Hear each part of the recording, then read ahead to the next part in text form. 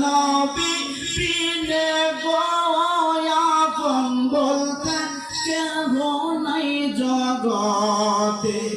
সাহাবী ওমর ডাক দিয়া কয়, ইবনে আব্বাস ডাক দিয়া কয়, আবু বকর সিদ্দিক ডাক দিয়া বলেন যে আমার নবী মনে হয় আর দুনিয়া থাকবেন না, এই জন্য আমার আল্লাহ এই আয়াত এই সূরাটা নাযিল করলেন।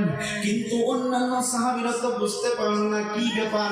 আল্লাহ তো বলেন ইযা জাআ রাসূলুল্লাহি ওয়াল ফাত, যখন আল্লাহর পক্ষ থেকে সাহায্য আসবে তখন আপনারা দেখতে পাবেন, আপনি দেখতে পাবেন কি দেখতে পাবেন, মানুষগুলা দলবদ্ধ ইসলামে প্রবেশ করেছে এবং দলবদ্ধ হয়ে আল্লাহ বলছেন তোমরা যখন এই সংবাদটা পাওয়ার সাথে সাথে এবার আল্লাহ বলেন ফাসাব্বিহ বিহামদি রাব্বিকা ওয়াস্তাগফির, আল্লাহ বলেন তোমরা প্রভুর প্রশংসা পাঠ করো, প্রভুর তাসবিহ পাঠ করো, সুবহানাল্লাহি ওয়া বিহামদিহি সুবহানাল্লাহিল আযীম।